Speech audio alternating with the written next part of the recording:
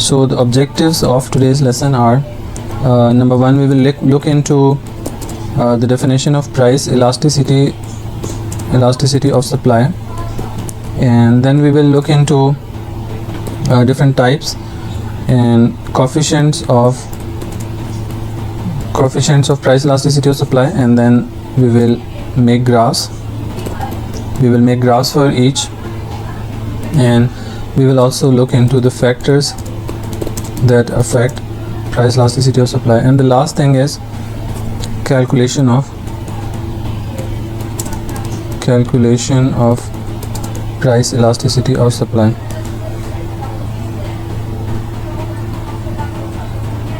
So starting with definition of price elasticity of supply. Price elasticity of supply is the responsiveness of quantity supply to a change in the price. जब price change होती है उसके response में आपकी जो quantity supply है वो किस तरह रिस्पॉन्ड करती है, that is called price elasticity of supply. In other words, we can also say that price elasticity of supply measures the magnitude of change in quantity supply to a change in price. Price जब change होती है तो किस magnitude के साथ quantity supply में change आएगा, that is price elasticity of supply. इसको कैलकुलेट करने के लिए हमारे पास फार्मूला होता है प्राइस इलास्टिसिटी ऑफ सप्लाई का. PES is equal to percentage change in quantity supply over percentage change in price. Delta sign economics में हम चेंज के लिए यूज़ करते हैं. And we have another formula that is change in quantity supply divided by change in price into P1 over Q1. Change in quantity supply basically हम दो quantities के दरमियान में गैप देख लेते हैं, और उसके लिए फार्मूला होता है Q2 minus Q1, this is change in quantity supply, P2 minus P1, this is change in price, multiply by P1 over Q1. ठीक है, और P1 से मुराद है initial price and Q1 is initial quantity. Now we can assume some values. For example we have price and quantity supply. Let's assume price is initially $10, quantity is 100, and now if price increases to 12, let's say quantity supply increases to for example 160 units. So now we can use formula to calculate PES. So PES will be यहाँ पे ज़हन में रखें जो शुरू की price है, this is P1, the second price is P2, शुरू की quantity is Q1, second quantity is Q2. So change in quantity supply find करने के लिए हम क्या करेंगे, Q2 minus Q1, so 160 minus 100 divided by P2 is 12, P1 was 10, तो इसकी वैल्यूज़ हमने लिख दी इनटू P1 हमारे पास 10 है, Q1 हमारे पास 12 है, Q1 हमारे पास 100 है, दिस इज़ Q1. अब इसको फर्दर जब हम सॉल्व करेंगे 160 minus 100 will give us 60, and then 12 minus 10 is equal to 2 multiply by 10 over 100. Further solve करेंगे तो 60 इंटू 10 करें 600 आ जाएगा, एंड देन 2 इंटू 100 करें तो 200 आ जाएगा. So 600 over 200 is equal to 3, that is greater than 1. Again greater than 1 लिखने की भी एक लॉजिक है जो कि आगे जाके मैं आपको बताता हूँ. सेकेंड फार्मूला अगर हम यूज़ करें ये वाला परसेंटेज वाला, then we can find it as price elasticity of supply is equal to percentage change in quantity supply over percentage change in price. हमारे पास 100 से 160 तक क्वांटिटी इंक्रीज़ हुई है, तो 60% इंक्रीज़ है क्वांटिटी के अंदर. प्राइस हमारी 10 से 12 हो गई है, that is 20% increase in price. So 60% over 20% will give us again 3. अगर हम परसेंटेज से कैंसिल कर दें, 0 से कैंसिल कर दें, so 6 over 2 is equal to 3, that is greater than 1. So जो मर्जी फार्मूला आप यूज़ कर लें, you will get exactly same answer. Okay, so I believe you are done with this. And अब हम आगे मूव करते हैं. इसकी जो टाइप्स हैं प्राइस इलास्टिसिटी ऑफ सप्लाई की, प्राइस इलास्टिसिटी ऑफ सप्लाई की लाइक हमारे पास जो मल्टीपल टाइप्स हैं या उनके मल्टीपल कोफिशिएंट्स हैं, उनको हम देख लेते हैं. Types slash coefficients slash values of price elasticity of supply. So multiple like हमारे पास वैल्यूज़ होती हैं. One is called elastic supply, and elastic supply के केस में प्राइस इलास्टिसिटी ऑफ सप्लाई का जो आपके पास कैलकुलेशन में आंसर आएगा, that will be greater than 1. And the second one is inelastic supply. Inelastic supply में जब हम कैलकुलेशन करेंगे तो प्राइस इलास्टिसिटी ऑफ सप्लाई का आंसर लेस देन 1 आएगा। And the third one is unitary elastic supply. Elastic supply, unitary mean unit like equal to 1, so price elasticity of supply will be unit or equal to 1. Then is perfectly inelastic supply, so price elasticity of supply will be equal to 0. And the next one is perfectly elastic supply. Perfectly elastic supply में price elasticity of supply आपके पास infinite हो जाएगी जी, answer आपके पास infinite आएगा। सो इनको one by one हम देख लेते हैं। इलास्टिक सप्लाई का मीनिंग क्या है, इन इलास्टिक सप्लाई का मीनिंग क्या है, इनके ग्राफ्स किस तरह के बनेंगे, we can look into them. सबसे पहले इलास्टिक सप्लाई की हम बात कर लेते हैं। इलास्टिक सप्लाई का मतलब है कि आप जिस प्रोपोर्शन से प्राइस चेंज कर रहे हैं उससे ज़्यादा प्रोपोर्शन से सप्लाई में चेंज होगा। लाइक आप थोड़ा प्राइस में चेंज लाएंगे, सप्लाई में ज़्यादा चेंज आएगा। तो हम इसको क्या लिख सकते हैं, हम लिख सकते हैं कि when a smaller change in price leads to a greater change in quantity supply, it is elastic supply। Elastic supply, ठीक है। सो प्राइस में थोड़ा चेंज आया, सप्लाई में ज़्यादा चेंज आया। इसके लिए लाइक इसकी ग्राफिकल रिप्रेजेंटेशन हम देख लेते हैं। ग्राफ किस तरह का दिखेगा। So we draw axis and this is origin point, we label them perfectly, so this is quantity supply, on y axis we have price, और supply कर्व अगर इलास्टिक सप्लाई हो तो ग्राफ ओरिजिन से ऊपर y axis से start होगा। So this is supply and इस shape को हम फ्लैटर शेप कहते हैं। ओके, सो इनिशियली हमारे पास लेट्स सपोज प्राइस $10 थी, क्वांटिटी 100 यूनिट्स थी। Now price increase to $12, that has led to increase in quantity supply to 160 units. तो प्राइस थोड़ी सी हमने बढ़ाई है, ये हमारे पास चेंज इन प्राइस है जो कि छोटा है, and this is change in quantity supply जो कि काफ़ी ज़्यादा 60% क्वांटिटी इंक्रीज हो गई है सिर्फ 20% प्राइस बढ़ने की वजह से। So this is elastic supply and I believe you are done with this. आप लोग साथ साथ कंप्लीट कर रहे हैं आई बिलीव, अगर नहीं तो आप स्क्रीनशॉट ले लें। Okay, so I am moving to the next thing, that is inelastic supply. Inelastic supply, और इसमें जब प्राइस इलास्टिसिटी ऑफ सप्लाई को अगर कैलकुलेट करेंगे तो आंसर लेस देन 1 आएगा। PES will be less than 1। ये उसका ऑपोजिट है, प्राइस इलास्टिसिटी इलास्टिक सप्लाई का ऑपोजिट है। लाइक प्राइस इलास्टिक सप्लाई में प्राइस में थोड़ा चेंज आता है, सप्लाई में ज़्यादा चेंज आता है। इन इलास्टिक सप्लाई में प्राइस में ज़्यादा चेंज आएगा, सप्लाई में कम चेंज आएगा क्वांटिटी सप्लाई में। सो इसकी बेसिक डेफिनेशन हम लिख लेते हैं कि when a change in price leads to lesser change या less than proportionate change in quantity supply, it is called inelastic supply। ठीक है, अब इसमें क्या होता है कि प्राइस में ज़्यादा चेंज आता है लेकिन क्वांटिटी सप्लाई में उतना चेंज नहीं आता। इसका ग्राफ किस तरह का बनेगा। Now if we look into the graph, that will look like this, थोड़ा steep graph होगा। on x we have quantity supply, this is supply curve, and on y we have price, and this is initial price। let's assume कि price was initially $10, quantity was 100 units।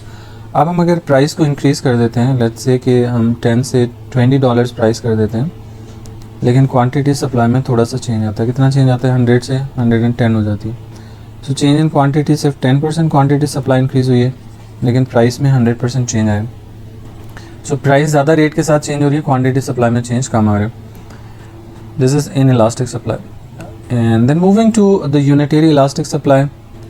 Unitary elastic supply या unit elastic supply में unit elastic supply भी इसको कहते हैं, unit elastic supply.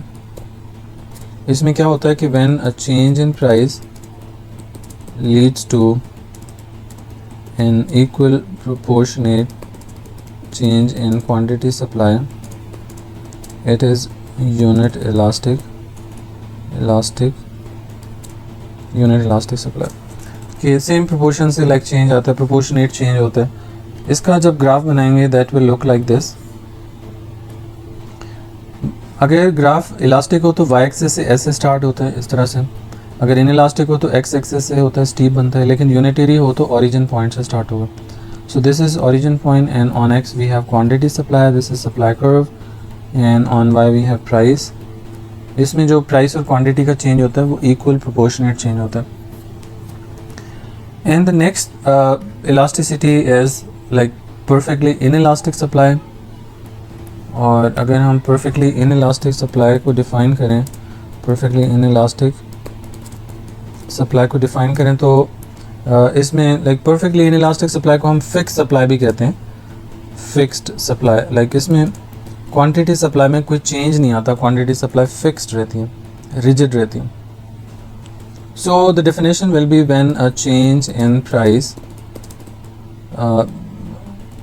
when a change in price has no impact on quantity supply, it is perfectly inelastic supply, perfectly inelastic supply.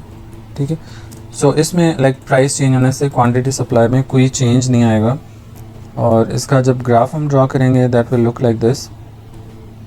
Vertical straight line होगी. We have origin point here and this is quantity supply. We have supply here and we have price on Y. So अब हमारे पास let's say कि price initially $10 थी, quantity 100 थी. Price अब increase हो गई $12 तक, but quantity is still 100 units. So इसमें आपके पास प्राइस इलास्टिसिटी और सप्लाई कैलकुलेट करेंगे तो आंसर 0 आएगा, और ग्राफ बनाएंगे तो वो इस तरह से वर्टिकल स्ट्रेट लाइन होगी. And then moving to the last type of price elasticity of supply, that is perfectly elastic. Perfectly elastic supply. Perfectly elastic supply के केस में ये होता है कि क्वांटिटी चेंज हो जाती है बट प्राइस सेम रहती है. When quantity supply changes at the same price, it is called perfectly elastic supply. Perfectly elastic supply. और इसमें जो सप्लाई कर्व होगा that will be horizontal straight line.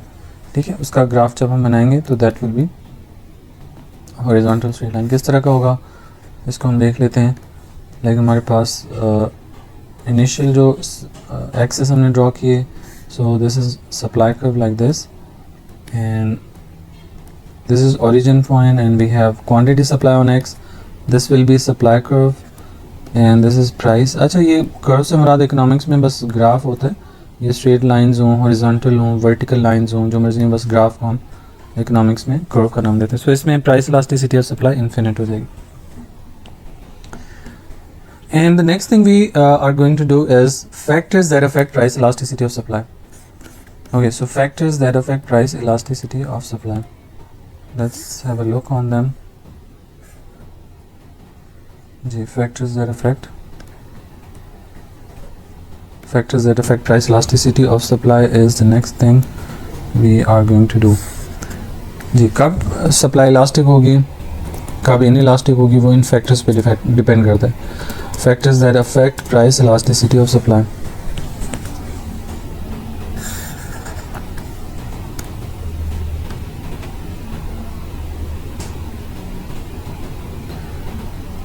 वो मैं आपको डेफिनेशन एंड पे फिर दिखा देता हूँ. सो factors that affect price elasticity of supply, हमारे पास कौन कौन से फैक्टर्स होते हैं इनमें. The first one is again time period, and the second factor is nature of product,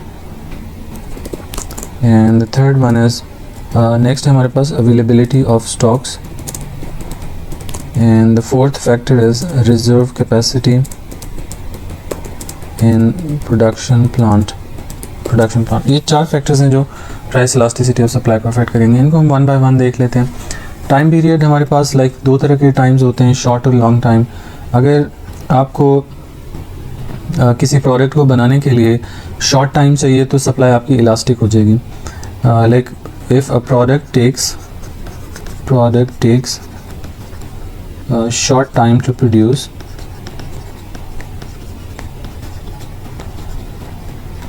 then it supply will be elastic. Like अगर आप किसी चीज़ को जल्दी जल्दी बना सकते हैं तो उसकी सप्लाई आपके लिए इलास्टिक हो जाती है. इसकी एग्जांपल क्या हो सकती है, जैसे फैक्ट्रीज़ में जो मैन्युफैक्चर्ड गुड्स बनती हैं वो जनरली फैक्ट्रीज़ में केमिकल्स के थ्रू या आर्टिफिशियल मेथड्स के थ्रू उनको बना रहे होते हैं, तो वो क्विकली बन सकती हैं. आप एक्स्ट्रा मशीन्स चला लें और एक्स्ट्रा प्रोडक्शन कर सकते हैं और सप्लाई आपकी इलास्टिक हो जाएगी, सप्लाई बढ़ा सकते हैं. लेकिन अगर if product takes longer time to produce then its supply will be inelastic. अब इसकी क्या एग्जांपल हो सकती है, जैसे जो एग्रीकल्चरल प्रोडक्ट्स होती हैं वो एक नेचुरल और ऑर्गेनिक प्रोसेस से बनती हैं, प्रोड्यूस होती हैं और उनके लिए काफ़ी टाइम लगता है। जैसे हम नेचुरल वनीला और वेनिलन की एग्जांपल ले लें तो ये दो ऐसे प्रोडक्ट्स हैं। एक नेचुरल वनीला ज़ाहिर नेचुरल प्रोसेस से होता है जिसमें आप प्लांट सीड करते हैं और फिर उससे आप प्रोडक्शन लेते हैं, लेकिन जो वेनिलन है वो फैक्ट्रीज़ में सिंथेटिक होता है, केमिकल्स के थ्रू बनता है, आर्टिफिशियल होता है, तो वो उसकी सप्लाई इलास्टिक होती है। जब आपको ज़्यादा चाहिए आप मशीन ज़्यादा चला लें, ओवरनाइट आप उसकी प्रोडक्शन को बढ़ा सकते हैं, तो सप्लाई आपकी इलास्टिक हो जाएगी, सप्लाई बढ़ जाएगी। लेकिन नेचुरल वनीला के केस में आपके पास सप्लाई इनइलास्टिक होगी क्योंकि उसको बनाने के लिए आपको ज़्यादा टाइम चाहिए। अब हमारे पास नेचर ऑफ प्रोडक्ट पे भी डिपेंड करते हैं। कुछ चीज़ें होती हैं जो पेरिशेबल नेचर की होती हैं। पेरिशेबल नेचर की प्रोडक्ट्स को हम लाइक जैसे एग्रीकल्चरल गुड्स भी कह सकते हैं। जो एग्रीकल्चरल प्रोडक्ट्स होती हैं उनकी सप्लाई जो है वो इनइलास्टिक होती है, इनइलास्टिक। नेचर ऑफ प्रोडक्ट अगर हम देखें, एक हमारे पास गुड्स हैं जिसे हम पेरिशेबल गुड्स कहते हैं। पेरिशेबल का मतलब होता है जल्दी ख़राब होने वाली चीज़ें, जैसे एग्रीकल्चरल गुड्स हो गई जिसमें आपके पास मिल्क आ गया, ब्रेड आ गई, एग्स आ गई, वेजिटेबल्स आ गए, फ्रूट आ गई, ये चीज़ें पेरिशेबल होती हैं, जल्दी ख़राब हो जाती हैं। इन चीज़ों की सप्लाई इनइलास्टिक होती है, इनइलास्टिक सप्लाई, क्योंकि आपको रूटीन में ये सप्लाई करना पड़ता है, प्राइसेस को देख के नहीं सप्लाई करते। लेकिन जो ड्यूरेबल प्रोडक्ट्स होती हैं, जो मैन्युफैक्चर्ड गुड्स होती हैं, ड्यूरेबल मैन्युफैक्चर्ड गुड्स जो फैक्ट्रीज़ में बनती हैं, जिनको आप लाइक स्टोर कर सकते हैं for longer time, manufactured goods, इन चीज़ों की सप्लाई इलास्टिक होती है क्योंकि आप इनको बना के रख लेते हैं, बाद में इनको यूज़ कर सकते हैं, सो ये इलास्टिक होती हैं। अवेलेबिलिटी ऑफ स्टॉक्स पे भी डिपेंड करते हैं। अगर किसी प्रोडक्ट के ज़्यादा स्टॉक्स अवेलेबल हों तो उसकी सप्लाई इलास्टिक हो जाती है क्योंकि आपके पास स्टोर में पड़ी होती है, आपने प्रोड्यूस करके स्टोर में चीज़ रखी हुई है, अब आपके पास स्टॉक मौजूद है स्टोर में, जब भी आपको सप्लाई बढ़ानी है आप आराम से उसको स्टॉक में से निकालें, मार्केट में सप्लाई कर दें। सप्लाई का मतलब होता है कि जो मार्केट में चीज़ें सेल के लिए अवेलेबल होती हैं, जो स्टोर में पड़ी होती हैं वो स्टॉक कहलाता है, जितना प्रोड्यूस किया होता है वो प्रोडक्शन कहलाती है। सो आपने अगर प्रोडक्शन ज़्यादा करके कुछ चीज़ें अपनी स्टोर में ऑलरेडी रखी हुई हैं, आपके पास स्टॉक पड़े हुए हैं, तो आपकी सप्लाई इलास्टिक होगी। अगर आपके पास there is greater availability of stocks तो आपकी जो सप्लाई होगी वो इलास्टिक हो जाएगी जी। अगर इसको देखेंगे इलास्टिक सप्लाई हो जाएगी। लेकिन दूसरी तरफ अगर आपके पास स्टॉक्स नहीं available, lesser availability of stocks है, लेसर अवेलेबिलिटी ऑफ स्टॉक्स, तो अब आपके पास सप्लाई इनइलास्टिक होगी क्योंकि आपके पास स्टोर में है नहीं, पड़ा ही नहीं है चीज़, तो प्राइस बढ़ भी जाए तब भी आप सप्लाई उसकी नहीं बढ़ा सकते उतनी ज़्यादा, सो इनइलास्टिक हो जाएगी supply. Okay, so reserve capacity in production plant, जो आप production plant machinery technology tools use कर रहे हैं उसके अंदर कितनी कैपेसिटी एग्जिस्ट करती है। अगर लाइक ग्रेटर कैपेसिटी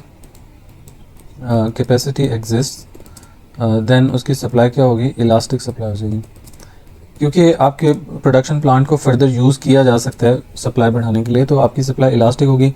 आपका जो मशीन्स हैं, टेक्नोलॉजी है, टूल्स हैं, प्लांट है, उसको आप फर्दर यूज़ कर सकते हैं, कैपेसिटी एग्जिस्ट करती है, आप फर्दर यूज़ करके प्रोडक्शन बढ़ा के सप्लाई को इंक्रीज़ कर सकते हैं। लेकिन दूसरी तरफ अगर lesser capacity exist in the production plant then उसके हिसाब से फिर सप्लाई जो है वो इनइलास्टिक हो जाएगी, क्योंकि अब आप सप्लाई को इंक्रीज़ नहीं कर सकते उस हिसाब से जी। So this is it for price elasticity of supply, types of price elasticity of supply and the factors that affect price elasticity of supply, और इसकी जो कैलकुलेशंस हैं वो भी मैंने आपको स्टार्ट में करवा दी। ठीक है जी। So price elasticity of supply का बस इतना ही कॉन्सेप्ट है।